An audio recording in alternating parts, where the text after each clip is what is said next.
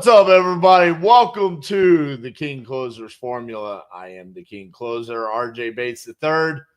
I'm excited to talk about what to expect in wholesaling real estate. Now, we put on there what to expect in wholesaling real estate in 2025, but realistically, this is just setting the expectations for what it means to be a wholesaler in general and all of the different facets that come along with running this type of business, and kind of answering the frequently asked questions in regards to lead generation and comping and acquisitions and title companies and dispo and all of the different things that take place in a wholesale transaction, because we're seeing that people really just don't have proper expectations. And the thing about not having proper expectations, that's where we find out the reason why people quit or they give up on things is because of improper expectations. So I'm going to try to outline that today as best as I possibly can from my perspective. And hopefully that will allow you guys to have the proper expectations moving forward. So when things don't go the right way, or maybe you run into some struggles, you don't run into the thought of wanting to quit or give up on wholesaling real estate. Now, that being said, man, look at you guys out in waves. We got Glenn, we got Taylor, we got Positive Mind Frame. I love the name. We need you to have a positive mind frame, especially with today's topic. We got Jared. Jared's on here. Jared just gave me a lead. I'm going to call and close that lead right after this live. Excited for that. Hopefully that turns into a YouTube video. Shantae, what's up? We got Houston in the house. We got all kinds of Houston in the house. San Diego, Florida. Tori's here. Keaton says your perspective is always solid and trustworthy. I appreciate that. I think your name's Keaton. It might be Catan. We have a Keaton that works for us, so I just immediately saw Keaton. Actually, funny enough, right before I went live, it was like literally 30 seconds before I hit live. So our office is on the lake here in Fort Worth, Texas, but we're Caton, that makes sense. So we're above a restaurant. So it's a 2-story building. We've got the whole upper story, and then there's a restaurant underneath us. Well, my office, where I sit, is right above a restaurant. And the restaurant equipment just literally constantly vibrates my office. And it's hilarious. It's something we've been dealing with forever. And like right now, I wish I could show you guys my water. My water is just literally just vibrating crazy. My light is making this noise that sounds like a cricket's in here. Man, it's driving me crazy. So I was like, Keaton, come in here, stick something in the light. So that was literally what we were doing 30 seconds before we went live. Well, I would never change my office though. I love it here. The restaurant is pretty good. It does have pretty good food. For those of you that have been to our live events, you've probably had the lake house. Good stuff. It's up to you, fam. Got Nick, Mr. Robbins. What an honor to have Nick show up. Nick doesn't watch my videos anymore. He spends too much time on the phone with me. Stephanie said she would waste all of her income on food. Jared said, excited to see what you can do with her. She's ready to go. She's expecting your call. Love it, man. Love it. All right, so let's get into today's topic, setting proper expectations when it comes to wholesaling. Okay, so before we get into the bullet point, what everybody has to do with lead generation and acquisitions and things like that.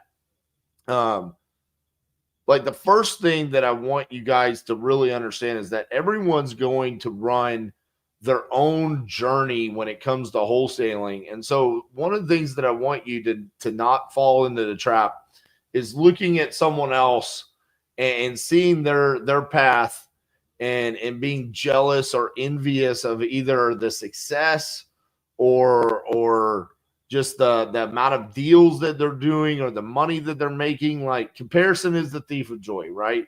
Just don't fall into that, because there's different reasons as to why someone might be succeeding in comparison to you. One of the things that could be, it could just be their budget, right? A lot of times we'll see someone come into a Facebook group. In fact, I just approved a post inside of the vault where someone, I think it was like a $34,000 wire. Now, we have no idea what it took for them to get that deal. We have no idea how many deals they've previously done to get to there. But you could be looking at that and being like, man, a $34,000 assignment would be game changing for me right now. Well, it is for the majority of people, right? But you don't know their journey up until that moment. The other thing is, you don't know any individual's bankroll, right? You don't know what they're investing into their company. You don't know the manpower behind what it took to get either a deal done, acquisitions done, dispo done, or anything like that. The other thing is those people that come in to wholesaling with a sales background are going to have an advantage, right? Your ability to be able to communicate with someone else and to have a conversation naturally, like most salespeople could do, that's going to be an advantage. So there's going to be people that come in to wholesaling because they have a love for real estate, or they see that it's an opportunity to make life-changing money, which it is. It's going to take time for you to develop that ability to connect with a seller, and your ability to really decipher what is the true problem here and how can I be a solution, right? So some people, maybe like today, we had someone that just joined Titanium University last Monday, right? They got onboarded last Monday, and he said he's already gotten 3 signed contracts in his first wave of leads.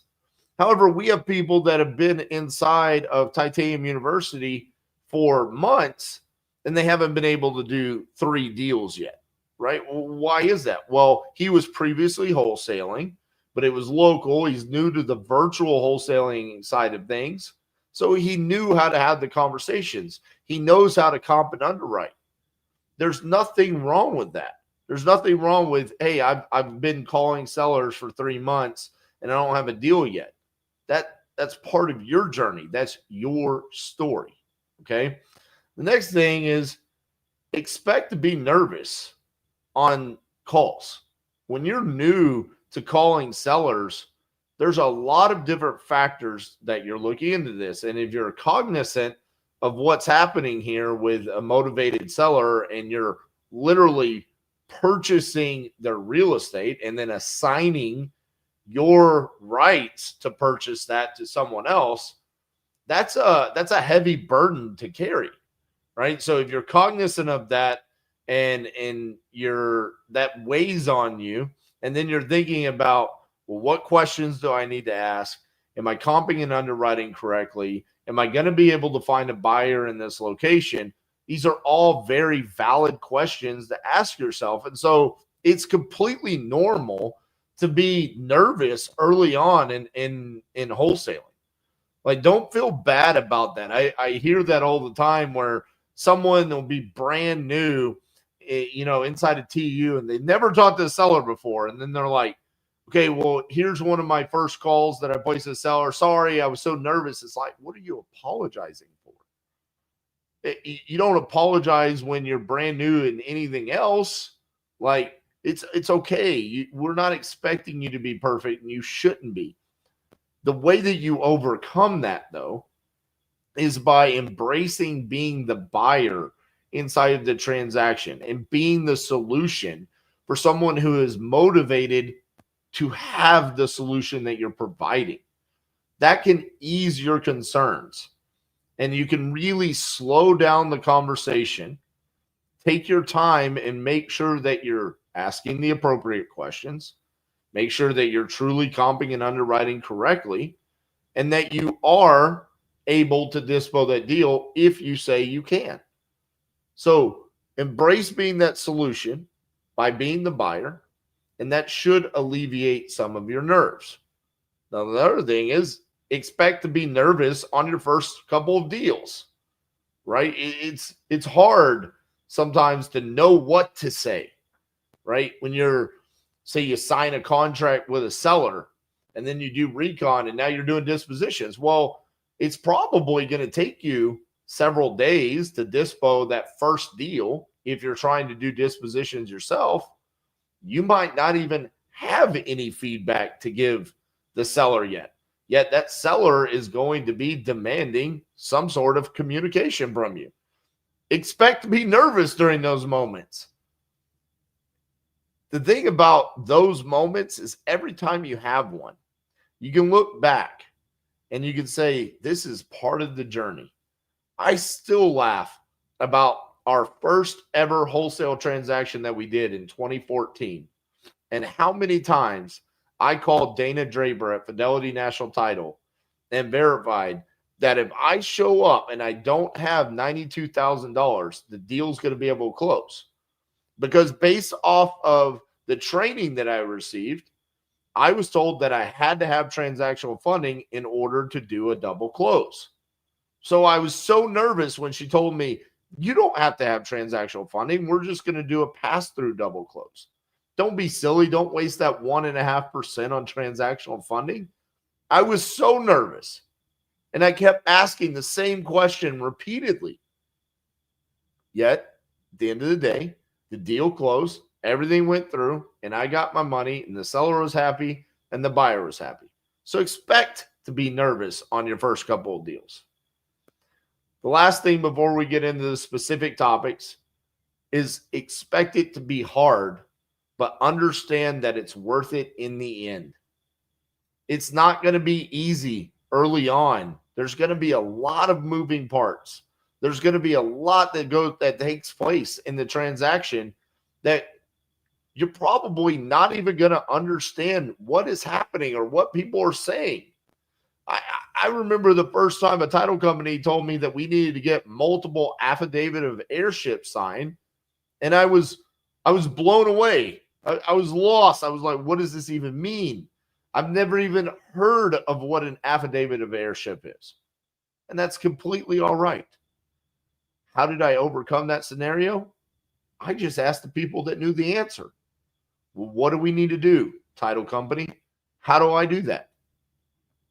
Luckily for me, in that transaction, they were like, hey, we're already handling it. That was great. I could have had a bad title company that would have told me, it's your responsibility to go handle these affidavit of heirships. You have to track these people down and you have to get these signatures. Again, don't expect it to be easy. I think that right there is just a horrible way that the wholesaling industry, specifically on the education side, has marketed to the masses like you guys and said, wholesaling is so easy. It's really not, because ultimately we have two people that we're serving and we always have to be their solution, the seller and the end buyer. All right, now let's get into the specific topics today. Lead generation, number one. It all starts with leads. Without leads, we don't have anything, right? We don't have any sellers to talk to, and then we don't have any contracts, and we have nothing to monetize. So it starts with lead generation, and I see this more frequently than I'd like to even admit to myself, because I feel like I do such a good job of frequently coming on YouTube and inside the Facebook group and just preaching the message of what you can do with lead generation in 2025.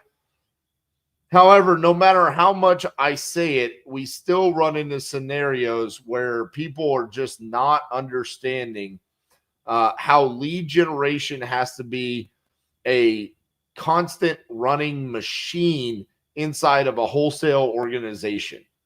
And that over the course of time, that's where KPIs are developed, and that's how we come up with the metrics that we've set when we say, you need to close 1 out of 25 coupon club leads, or if you're buying exclusive leads from property leads or Lead Zolo or even Speed to Lead, you need to be closing somewhere in the range of 1 out of every 10 to 1 out of every 15. And then people will go out and they'll buy 10 exclusive leads and say, I didn't get a contract and only 5 of them even answered the phone. This isn't going to work out for me. Well, that's the problem. You didn't even give the plan an opportunity to succeed. You haven't done enough, right? Lead generation is not something that you can just, barely scrape by on the metric and then hope that leads to success, because that's not running a business, right?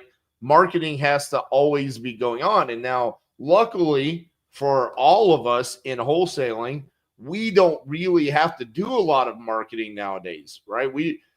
We can rely on other individuals and other organizations to do the marketing for us. However, it's our responsibility to be investing into those vendors that are doing the marketing for us.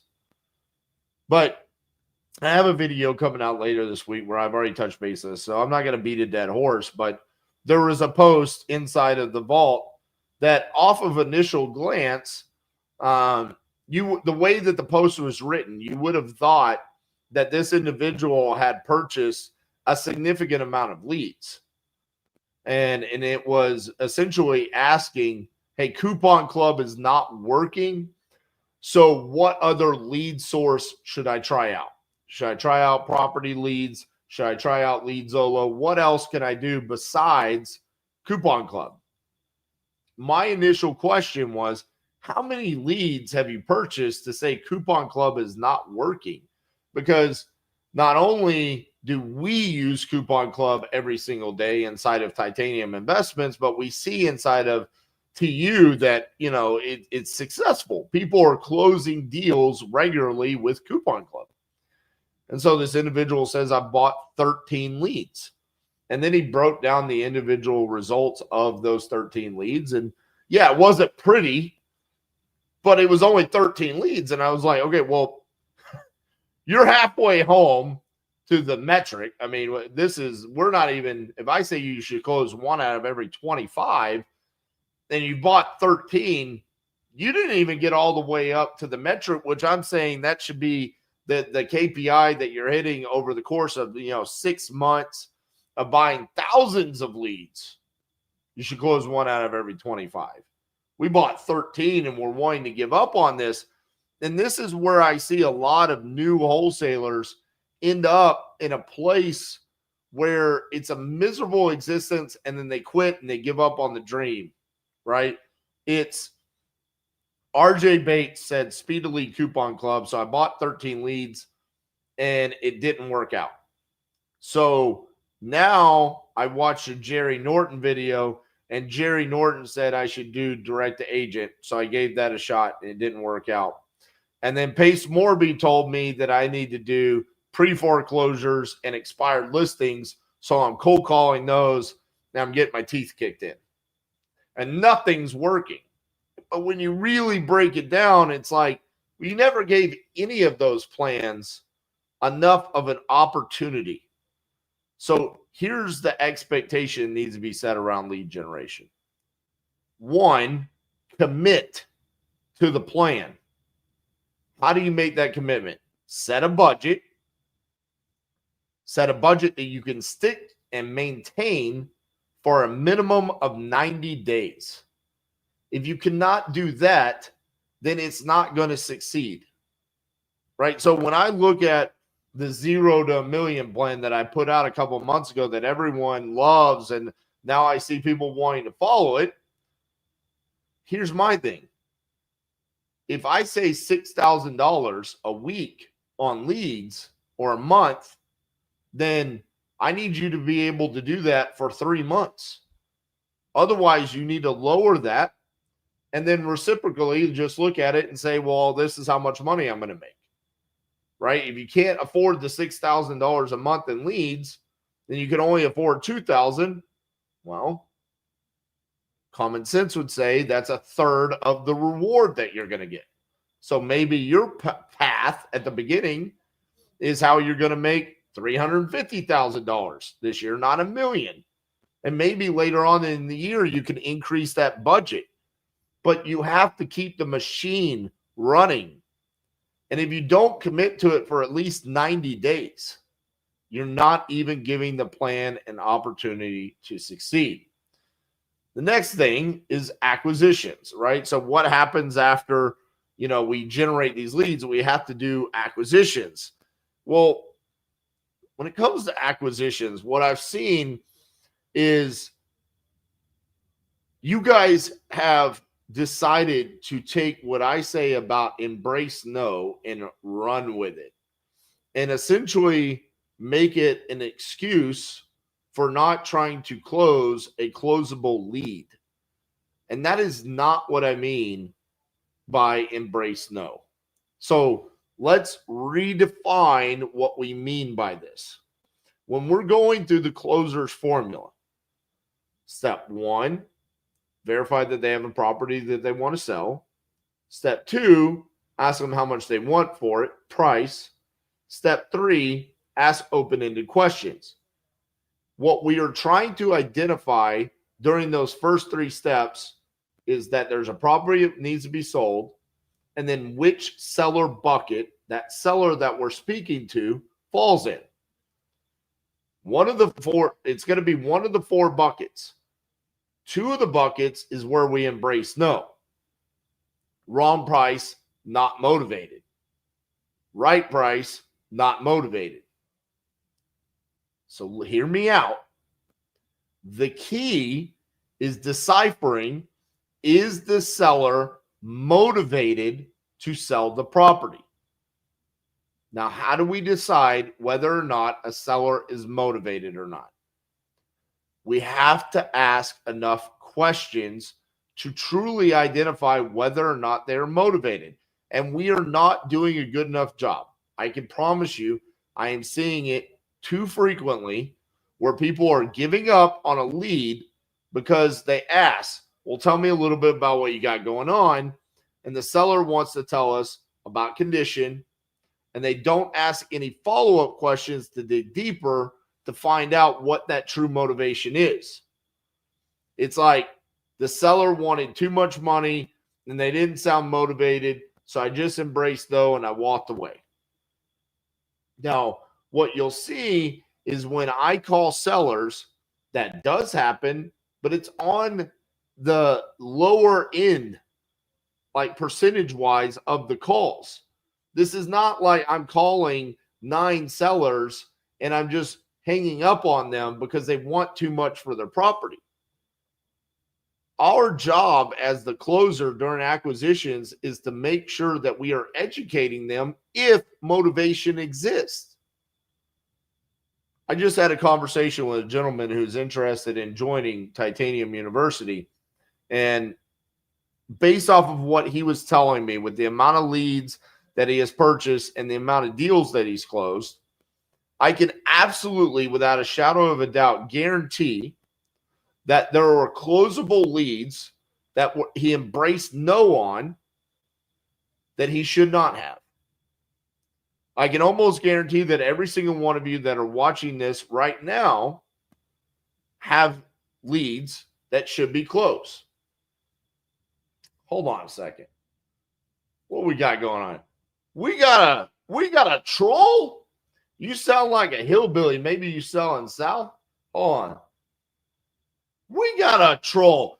Hey, let's give it up, man. Let's give it up. It's been a minute since we had a troll up in here.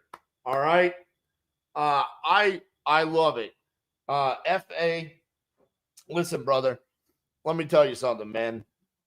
I know I'm doing something right when I get trolls up in the live. All right. I actually think the last time that I had a troll was right after I won a Closers Olympics. And I actually ended up finding out that it was a couple of my competitors. So maybe you're my competition. Maybe you are. You might be Zach Ginn. We don't know. Well, maybe you're trying to figure out if this is a good topic for you to copy and post on your YouTube channel later. we'll let you hang around for a little bit, but if you get out of hand, we'll have to block you, and then you'll come back as a different one. So we'll let you hang around for a little bit, FA.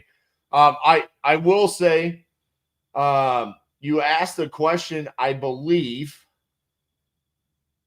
You don't charge $6K too much. I don't know what you're I don't know what you're attempting to say.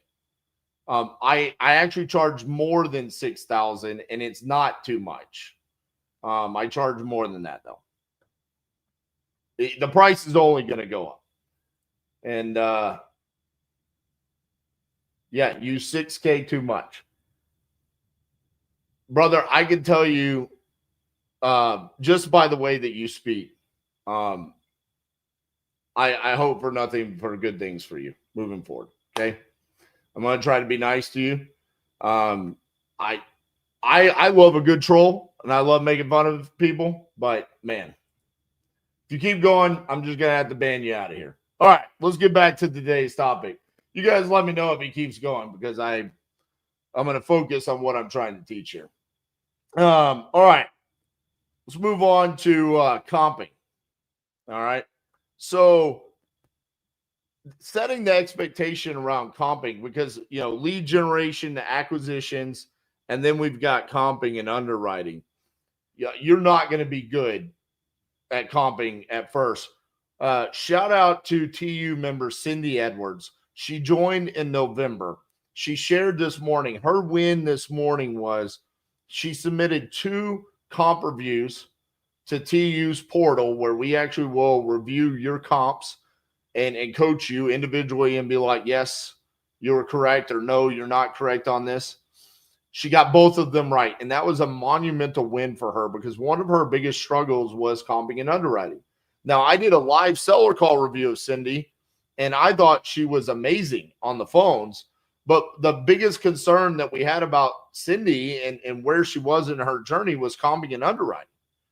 And when it comes to comping, the reason why people struggle with this, in my opinion, is because they don't have like a specific technique that they're using because there's so many different ways that you can do it.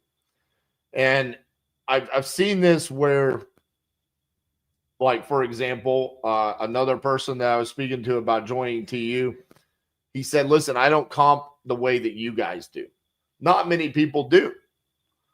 And it's very common for us to get that feedback where the way that we are trying to really analyze a deal, instead of trying to put like an all-encompassing like formula where this is how you know what a deal, like, for example, 70% of ARV minus repairs minus your wholesale fee equals your maximum allowable offer, right? That's the old way of thinking about things. That's the way that we were taught to underwrite deals.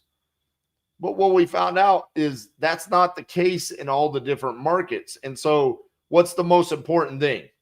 Where will your end buyer buy this deal and why? Right? And so when you really start reverse engineering in your mind, why would this be a deal that an end buyer would look at? First thing that you need to do is look at where are your end buyers buying deals, right? You could utilize Investor Lift to do this. You could utilize Privy to do this. You could utilize PropStream or batch leads to do this.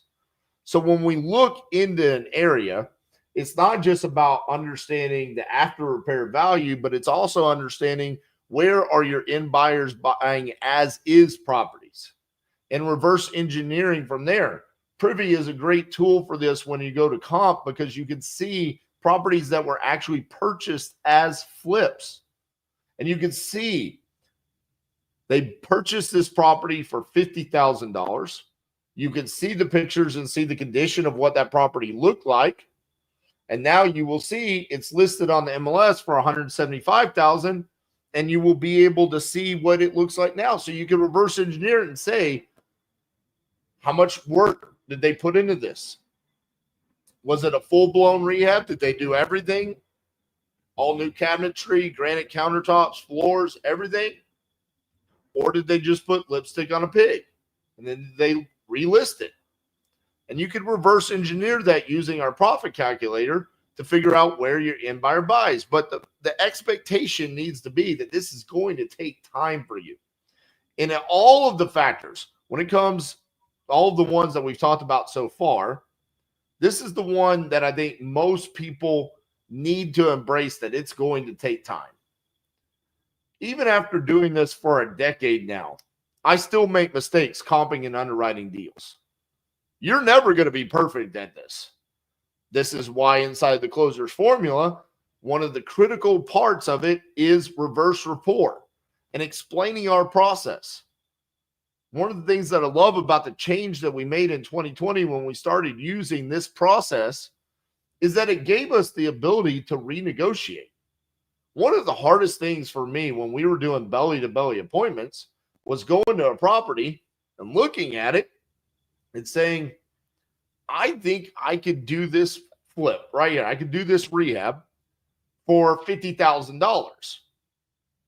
And then having my end buyer show up and saying, I need 70 to do this. Because to the seller, I want the property. I saw it. How are my numbers off? But yet with us buying these properties sight unseen and explaining that we're going to come out and do our due diligence and then finalize the numbers, that makes a huge difference if we have to renegotiate. So again, you're not going to be perfect on comping and underwriting, but you do need to be open to making those mistakes, not crippling yourself and not locking deals up because you are fearful that you're not good at comping and underwriting, and being open to having that conversation with a seller when it's necessary. All right. Just want to check over here real quick.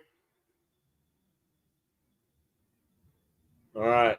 Looks like FA went away. Very good. We're clear. All right. Hope you guys are enjoying today's content. Make sure you like the video.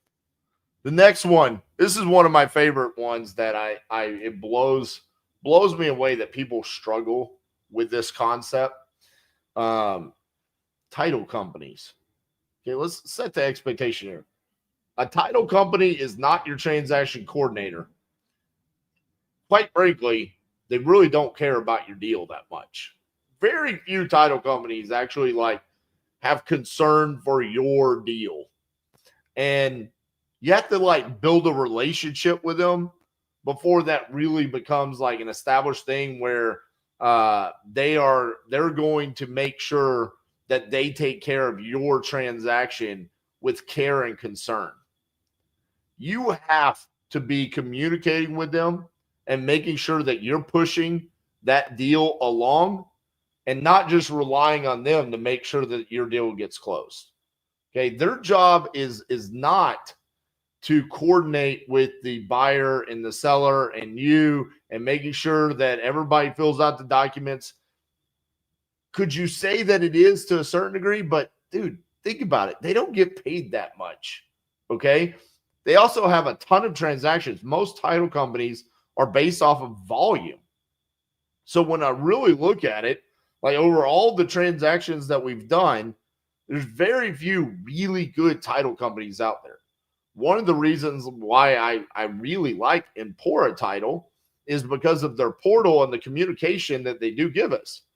However, I've talked to them about the fact that even inside of their portal and with the communication that they give, sometimes it's just kind of blanketed, broad statements and not giving us the nitty gritty that we really need. At the end of the day, when you're new as a wholesaler, you need to have regular communication and cadences with the title companies, making sure, have you gotten the seller's information sheet filled out? Do you have everything that you need to get a payoff from the mortgage company? When should I expect a title commitment back? Are the buyer and the seller scheduled? Do you have the loan documents from the buyer's lender, right? Making sure that these types of things are taken care of, because if not, that's where all of a sudden the unexpected extensions happen, the delayed closings. And we've seen this where we've had people come into TU Like John Looney is a good example of this. A couple of months ago, he came on one of my implementation calls and he was like, dude, I'm crushing it. I've got all these contracts. He's like, but dude, I can't do any more acquisitions because all I'm doing is TC work all day, every day. Well, yeah, this is why I say you need to outsource transaction coordination, because otherwise it will completely cripple acquisitions. What happens when acquisitions is crippled? Well, it impacts your KPIs on lead generation. This is something that can be easily outsourced and not hinder your business. But if you are relying on the title company, you will have delays and you'll have deals fall apart because of it. All right. The next thing, dispositions. Okay. The setting the expectation around the work that needs to take place from the wholesaler in order to successfully dispo a deal. There's this theory that because now that we have these excellent disposition tools like Investor Lift or Investor Base or Deal Speed, that we could go in there and we could select specific buyers lists, send out an email blast or send out a text blast, and that deal's going to sell itself. Now, that will happen in some very specific hot markets. But the majority of the time, you are going to have to pick the phone up, talk to your buyers, and actually build a relationship before they're just going to buy a deal from an email blast or a text blast. Now, there's people that have specialized in nothing but dispositions, and now they have the ability to do that, but it all starts with building that relationship. These are buyers that they've done multiple deals with. These buyers are expecting good deals from these wholesalers. So if you are going to be completely nationwide or even statewide, and you're going to be sending deals out regularly, you need to understand that you are going to have to call buyers. You're going to have multiple showings on properties, and you're going to have to set proper expectations with the seller. This is just how it works, especially when you're building up that credibility with your buyers in a specific market. Now, the other question is, how much feedback do I need from buyers before I have to worry about renegotiating a price or even terminating a deal? Now, this is one of those things where I've seen people sometimes say, I'm not getting any feedback and I don't know what I'm doing wrong. Maybe the disposition tool sucks. We have a saying, I think it comes from Caesar Lacosta from TU, but no feedback is feedback.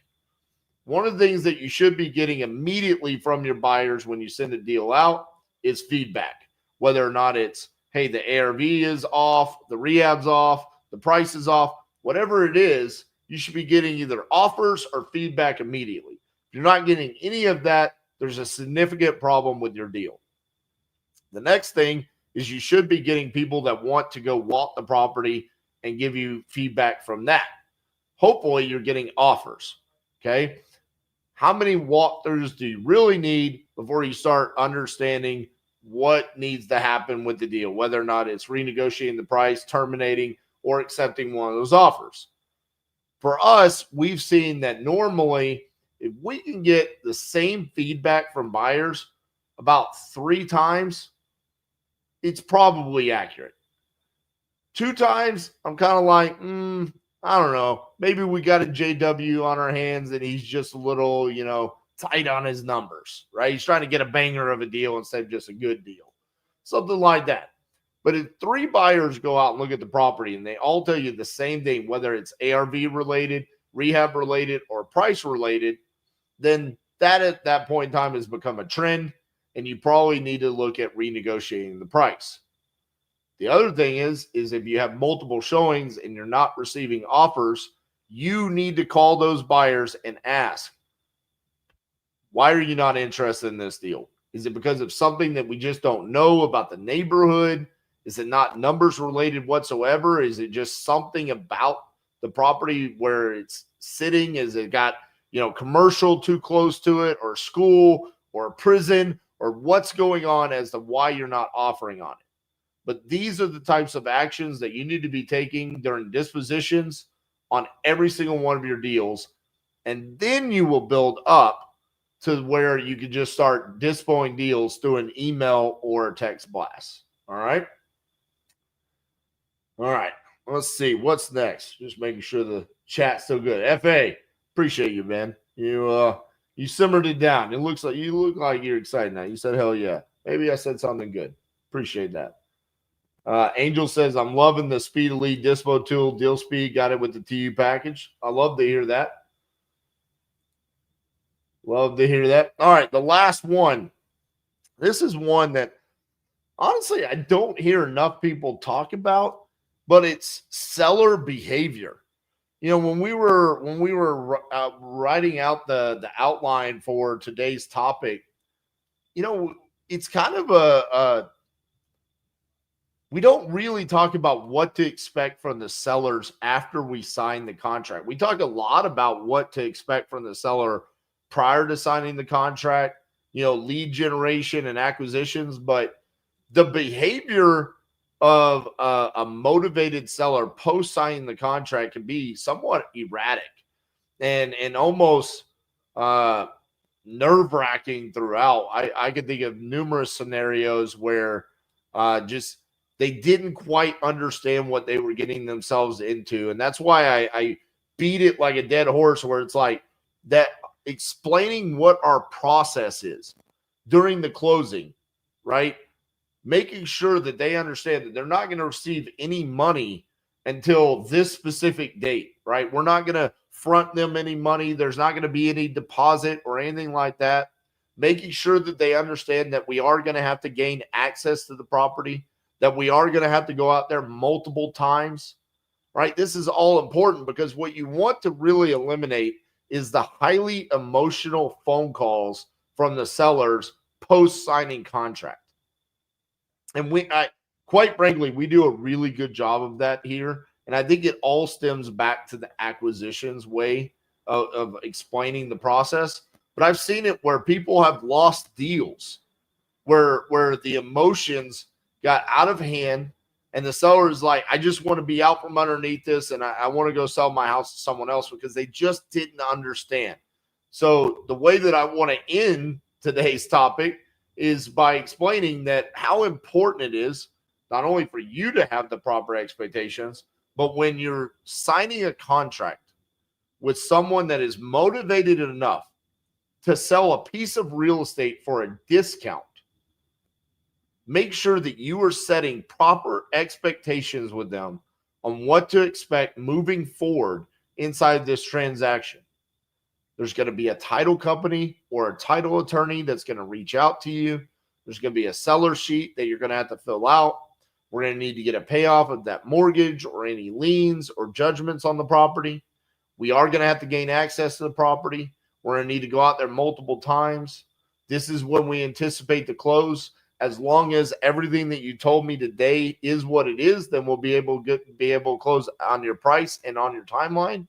But if not, that's where we'll have to revisit that, explaining every single little part of the transaction to them to eliminate any future emotional conversations. Because those could be, they can completely throw your entire day off. When a deal that, you signed a contract 3, 4, 5 days ago, and now someone's calling in.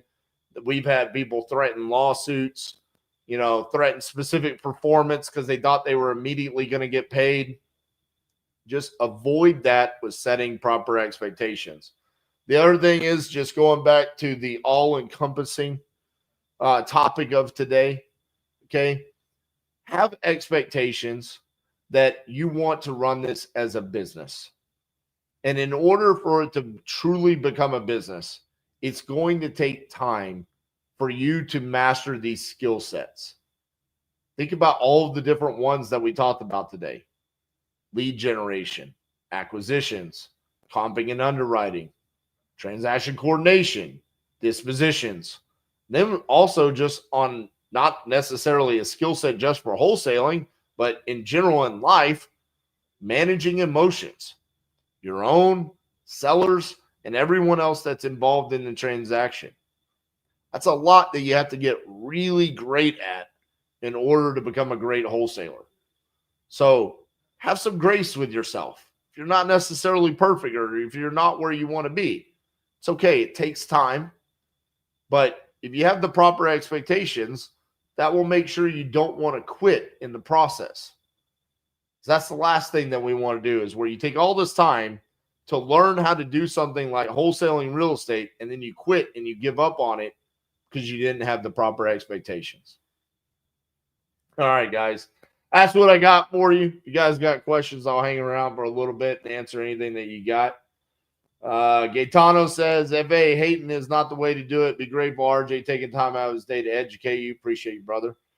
I have a hard time getting him to check my video. Oh, you had to say, brother, I did a whole 2-hour call review with you the other day. Don't say you have a hard time. Come on now. All right, what other questions we got up in here? Angel says, I'm having the worst time comping a property in the North Woods of Michigan. No pics on any realtor website or even Google Maps. Population 10,000. Submit it for a comp review, brother. We got you. Let's see what else we got here.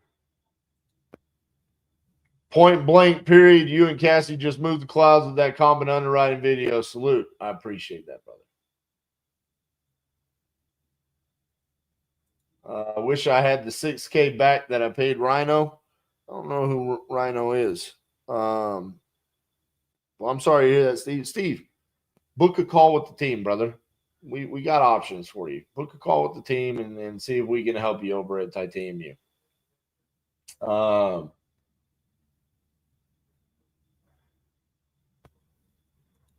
you said I struggled trying to make it a deal. Dude, that's a lot of people. A lot of people struggle with that when they're first getting started, man. I mean, if you're inside of the vault or free Facebook group, I mean, you see it. There was a post today where someone was like, "Hey, is this a deal?" Right, and the rehab on it was like 45,000, something like that, and then the estimated profit that they had was like 24. And then you see the immediate comments where it's like, no, it's got to be a lot closer to a 1-to-1 ratio. But again, Audi, that's like that seller. I'm assuming the reason why he submitted that as a question is probably because the price that he had on there was probably pretty close to what the seller was asking. And a lot of times people don't want to go through the education process when they're new, because they don't feel like they're knowledgeable enough to actually educate that seller. That's why it's important to understand, have that profit calculator there, and be able to go through it and explain how you're getting those numbers. It takes time, man. And yeah, it's going to be hard. You just have to get in a place where you close like 1 out of 9 of those. Let's see. What's up, Steven? Welcome to the show. With your 0 to $1 million plan, if I'm just a one-man operation, would you recommend getting a dispo VA after just a couple deals, or just go solo for the first 9 to 12 months? I would recommend just going solo, just to be honest with you, because if you were to bring in a VA that's going to do dispo, it's going to take training. It's going to take time. There's going to be questions, and then probably frustration from you. I would rather you go through that process. I would rather you ride the roller coaster of, hey, I'm doing acquisitions. Now I've got a deal. I got to stop acquisitions to go do dispo. So you get that process down and the knowledge and the understanding of how to dispo a deal. I think that's more important. Also, like Eric said, you can just JV the deal. Any more dispo videos coming? Keith, let me ask you this. What do you want to see on dispo?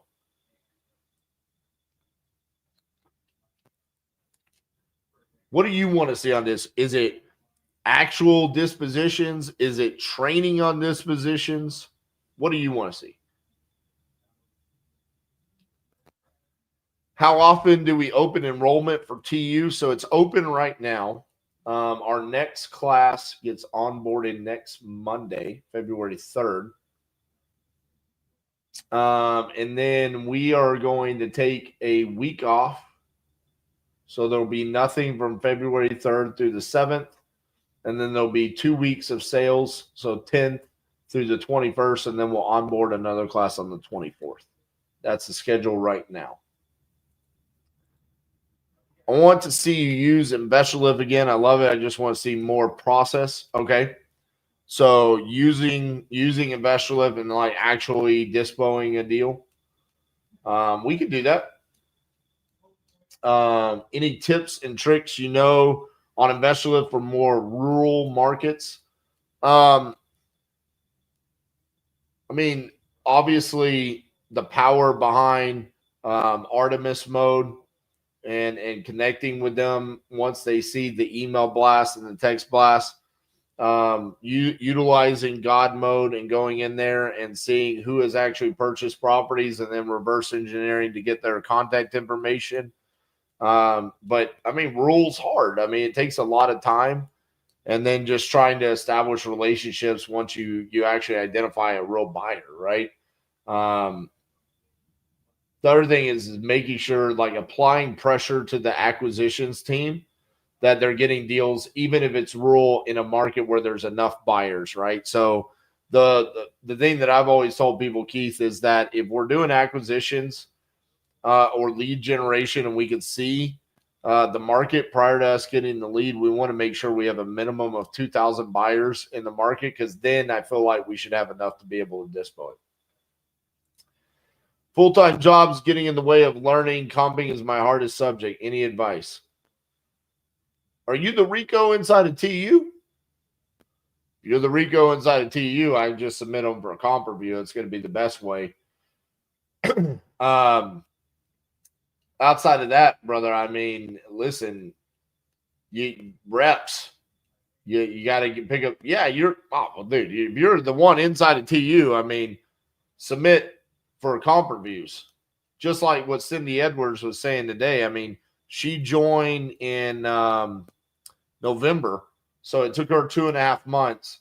And I mean, she was way off on her numbers when she got started, and now she's spot on.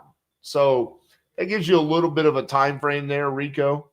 But I don't know where you are. And the other thing is, like, don't overthink it. Like, you can get really lost in the weeds when it comes to comping. Just assume you're always off and just be more conservative. And then assume your rehab's always not enough and be more aggressive. Worst case scenario, you make more money. Am I excited for the Royal Rumble? Well, first of all, I love your name. I'm curious if you have a YouTube channel in regards to wrestling. Second, yes, I am excited for the Royal Rumble. I think it's going to be amazing. Just with the amount of participants that we already know who's going to be in there: Roman Reigns, Logan Paul, Seth Rollins, Drew McIntyre, CM Punk. I mean, it's a banger lineup. Rey Mysterio. Obviously, there's certain people that they're not going to push for the main event, and we know that. I'm just really curious where they're going to take it, right? I mean, the theory would say that whoever wins this would challenge Cody Rhodes. So is it that we're really going to push Roman Reigns again? Is it really going to be CM Punk? Is CM Punk and Cody Rhodes like worthy of selling a WrestleMania? I don't know. It's going to be interesting to see. I think the Royal Rumble, though, star-studded lineup, and I just love what WWE's done lately, and going to Netflix was an awesome move. Love it. Let's see here. Oh, you joined Brent Daniels' Rhino Tribe. That's what he calls it, the Rhino Tribe. I get it now. What is it? I love Brent. I don't have anything bad to say about Brent. I don't know what his coaching program's like.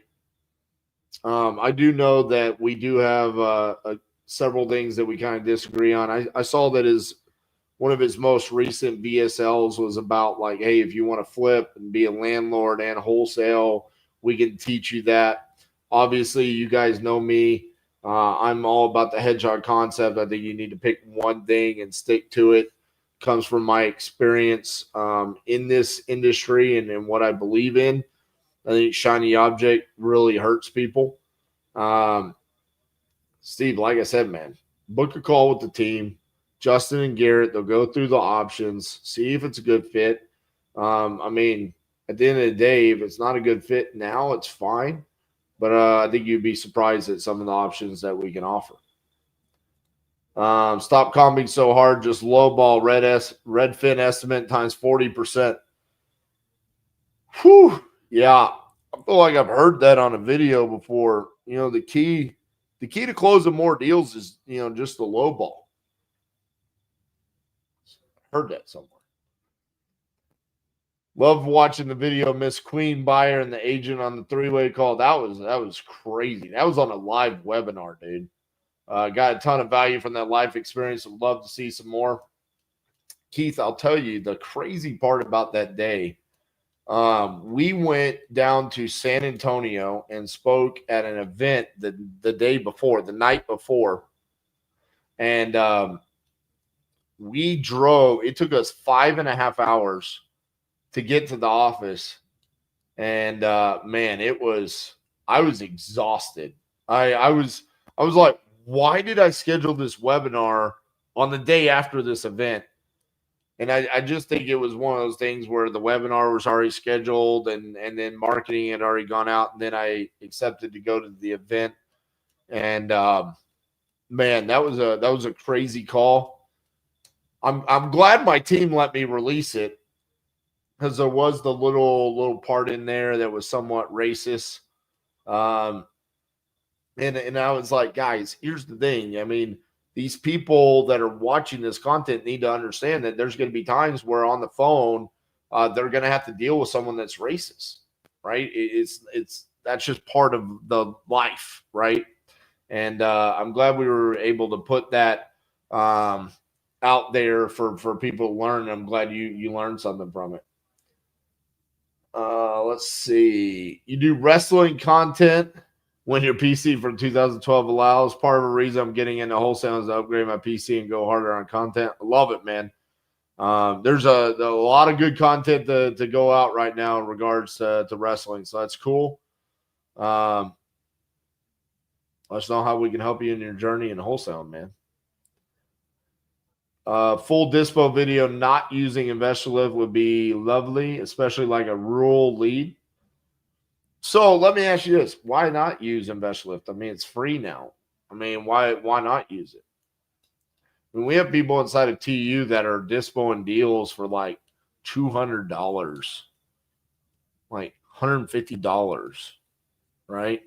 They're using the free version and then just renting those buyers and dispoing deals. The problem with dispo content is that it's boring. I mean, the webinar ended up being good because I had a great conversation, but man, it can be a grind, right? I mean, short conversations, not a whole lot that comes from it. It's really hard to make it great. How do you handle it when a seller is pushing you off because they have an appointment to review an offer with another investor? Well, I would just ask them like, all right, I'm ready to buy right now. I want to beat my competition. So is it because you think that the other investor is going to be higher? Are you going to leverage my offer to be higher? To make their offer higher than mine? I'm not understanding. Why are you wanting to meet with my competition? What did I not do to deserve to buy the house?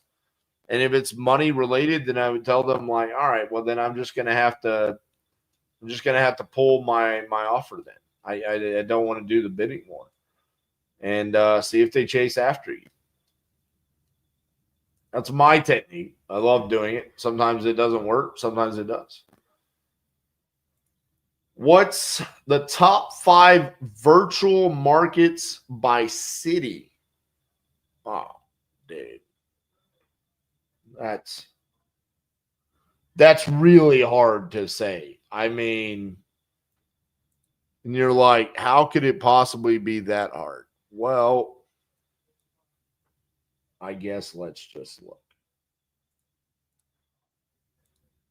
So there's the map of deals that we've done. I mean, because I'm based out of Dallas Fort Worth, I mean, when you zoom in here, I mean, we've done a ton of deals in Dallas Fort Worth, but for a long time, we were only doing deals in Dallas Fort Worth, right? I've done a ton of deals in Tulsa, right? But I wouldn't say that's a top market. It's just one of the earlier markets that we moved to. I mean, state wise, I love Texas and I love Florida. I mean, obviously, Ohio and Indiana have been really good to us. Missouri has been really good. St. Louis, but again, there's always a. I mean, look at St. Louis just stacked.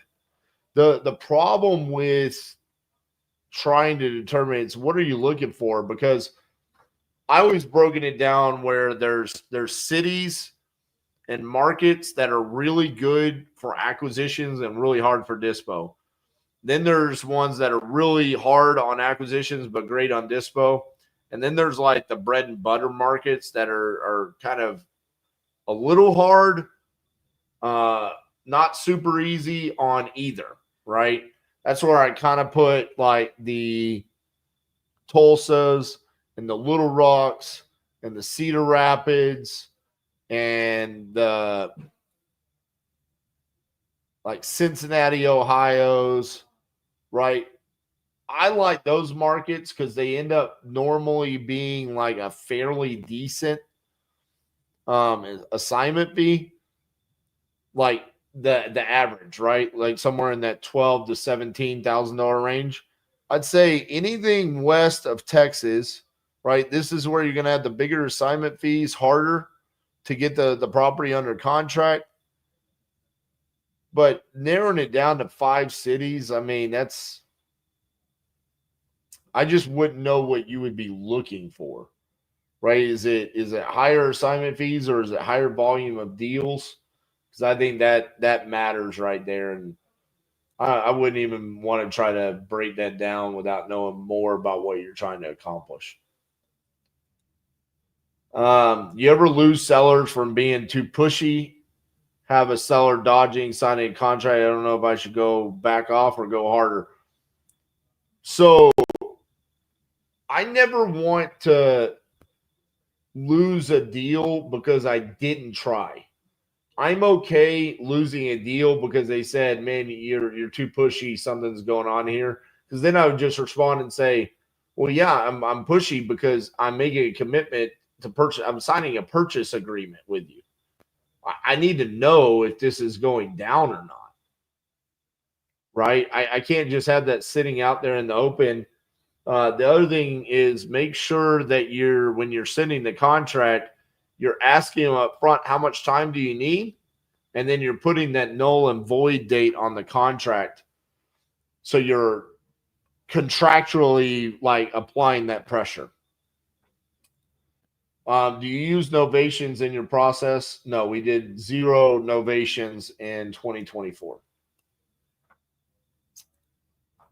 Total grind, seeing that right now in rural markets. Got to do another video live with Robert Winsley, man. Those are fantastic collabs. We'll see if we can get something worked out there.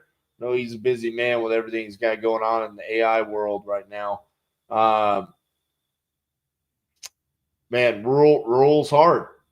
You know, you gotta bang the phones and get showings, right? That's the key. Get showings. On first call, she said to call back tonight after she speaks to someone else that she's been talking to. I told her I'd review the other offer with her and compare the pros and cons of mine versus theirs. I like that. I mean, if they've had a conversation, and I mean, I can see why she would want to continue having that conversation. Just be respectful, you know. Let's see. Stay out of Oklahoma altogether. Y'all out-of-staters are making our cost of living shoot up insane. I don't know if that's the case. You just think that's the entire United States, brother. I mean, pretty sure it has nothing to do with anybody else. Brent is great, but nobody in this industry will give you more of his time and knowledge and expertise as the king closer. He does this every day, and nobody comes close. I appreciate you, brother. I push. Eric is responding to the contract. I push 2 times a day. I need to know whether or not to move on to the next project. Exactly. I love that, man. All right, guys. Appreciate the Q&A there. Hope you guys got value out of the topic there on what to expect when you're getting started in wholesaling real estate. Man, I'm excited for some of the content that we've got coming out over the next couple of weeks. It's going to be exciting. I'm pumped up about some of the topics. I got a breakdown on the cost comparison between pay per lead and cold calling. Got some mindset videos coming out. I haven't done a couple of those in a while. And doing more of the deal reviews. You guys seem to really like the deal reviews from front to back, where we show the live seller call, we explain how we dispoed it, explain how we did the transaction coordination, and then show how much money we made on the deal. Because for so long people were like, oh, you just show the acquisitions, and it was like, well, how do we actually show the rest of it? Well, it's called hiring a videographer. So excited to have Jordan on the team and create better content for you guys. So that being said, make sure you guys like today's video. See you guys tomorrow. Thank you, guys.